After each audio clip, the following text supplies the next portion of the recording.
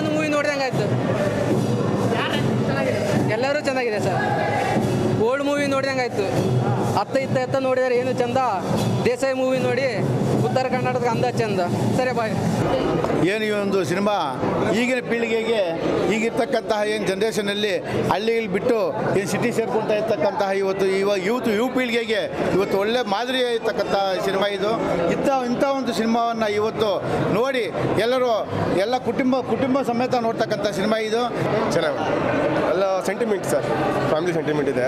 Actually ನಾವು ಹೇಳ್ಬೇಕಾದ್ರೆ ಹಳೇದು ತುಂಬ ಹಿಂದೆ ಮಾಡ್ತಾಯಿದ್ದಾರೆ ಅಂಬರೀಷ್ ಅಣ್ಣ ಅವರು, ವಿಷ್ಣುವರ್ಧನ್ ಸರ್ ಆಗಲಿ, ಆ ಥರ ಒಂದು ಸೆಂಟಿಮೆಂಟ್ ಯಜಮಾನ್ ಸಿನಿಮಾ ಸೆಂಟಿಮೆಂಟ್ ಥರ ಫ್ಯಾಮಿಲಿ ಸೆಂಟಿಮೆಂಟ್ ಇಟ್ಕೊಂಡ್ಬಂದವ್ರೆ. ಚೆನ್ನಾಗಿದೆ ಸರ್, ಎಲ್ಲ ಆರ್ಟಿಸ್ಟ್ ಚೆನ್ನಾಗಿ ಮಾಡವ್ರೆ. ಕ್ಯಾಮ್ರಾ ವರ್ಕ್ ಎಲ್ಲ ಚೆನ್ನಾಗಿದೆ ಸರ್, ಅದರಲ್ಲಿ ಸೂಪರ್ ಮಾಡಿದ್ದಾರೆ ಸರ್. ಚೆನ್ನಾಗಿತ್ತಪ್ಪ, ತುಂಬ ಚೆನ್ನಾಗಿ.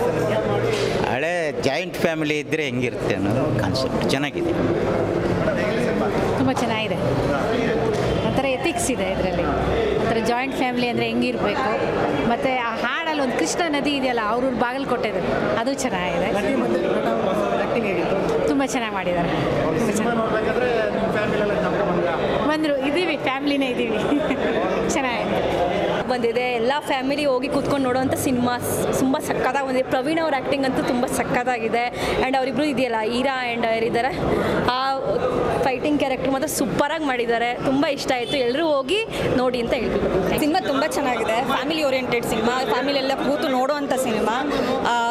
ಸಿನಿಮಾದಲ್ಲಿ ಹೇಳಬೇಕಂದ್ರೆ ಕುಲಕಸಬು, ನಾವು ಈಗ ಕುಲಕಸಬು ಬಿಟ್ಟು ನಾವು ಓದಿದ್ದೀವಿ ಅಂತೆಲ್ಲ ಫಾರಿನ್ಗೆಲ್ಲ ಹೋಗಿ ದುಡಿಯೋದು, ಬರೀ ದುಡ್ಡಿನಿಂದ ಹೋಗ್ತವೆ ಅಲ್ಲ. ಸೊ ಸಂಬಂಧಗಳಿಗೆ ಬೆಲೆ ತೋರಿಸಿದ್ದಾರೆ. ಆ್ಯಂಡ್ ಸಂಬಂಧಗಳು ಎಷ್ಟು ಇಂಪಾರ್ಟೆಂಟ್ ಆಗುತ್ತೆ ಜೀವನದಲ್ಲಿ. ಸೊ ಎಲ್ಲರೂ ಸೆಂಟಿಮೆಂಟ್ ಚೆನ್ನಾಗಿದೆ, ಎಮೋಷನ್ಸ್ ಚೆನ್ನಾಗಿದೆ.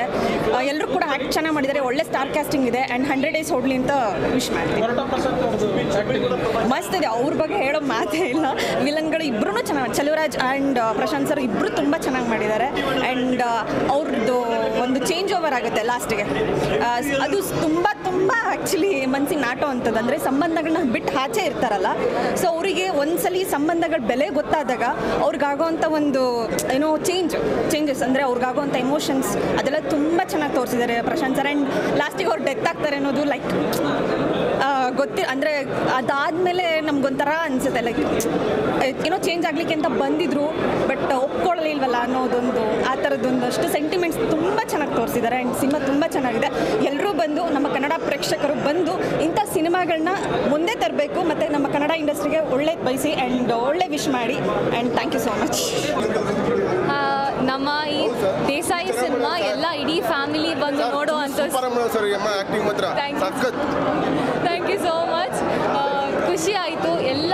ಎಲ್ಲರೂ ಬಂದು ನೋಡುವಂಥ ಸಿನಿಮಾ ನಮ್ಮ ಈ ದೇಸಾಯಿ ಸಿನಿಮಾ. ಎಲ್ಲರೂ ಬಂದು ನೋಡಿ, ಥಿಯೇಟರ್ಗೆ ಬಂದು ನೋಡಿ, ಪೈರಸಿಗೆ ಸಪೋರ್ಟ್ ಮಾಡಬೇಡಿ ಅಂತ ಕೇಳ್ಕೊತಾ ಇದ್ದೀನಿ. ಎಲ್ಲರೂ ತುಂಬ ಚೆನ್ನಾಗಿ ಮಾಡಿದ್ದಾರೆ. ಚಲುವರಾಜ್ ಸರ್ ಇರ್ಬೋದು, ಪ್ರವೀಣ್ ಅಣ್ಣ ಇರ್ಬೋದು, ರಾಧ್ಯಕ್ಕ ಇರ್ಬೋದು, ಅಥವಾ ವರ್ಟ ಪ್ರಶಾಂತ್ ಸರ್ ಇರ್ಬೋದು, ತುಂಬ ಚೆನ್ನಾಗಿ ಮಾಡಿದ್ದಾರೆ.